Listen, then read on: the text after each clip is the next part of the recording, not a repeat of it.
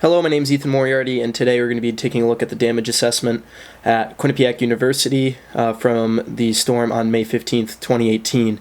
So taking a quick look at the radar setup, this is around 4 p.m. I was on the northern part of the storm, right above Hartford, where that tornado warned area was. Later on at 4:50, tornado warning was issued for Hamden, North Haven, all those areas, Danbury, Waterbury. And where QU is located is on that eastern edge of the tornado warning. I was not anywhere near the area at the time. I was up north in North Granby, Connecticut. So here is the highlighted areas, the big circle there being the College of Arts and Sciences, where the most amount of the damage occurred. As you can see, it's kind of in a straight northeasterly line. And yeah, I'm going to let the video play on from here. Thank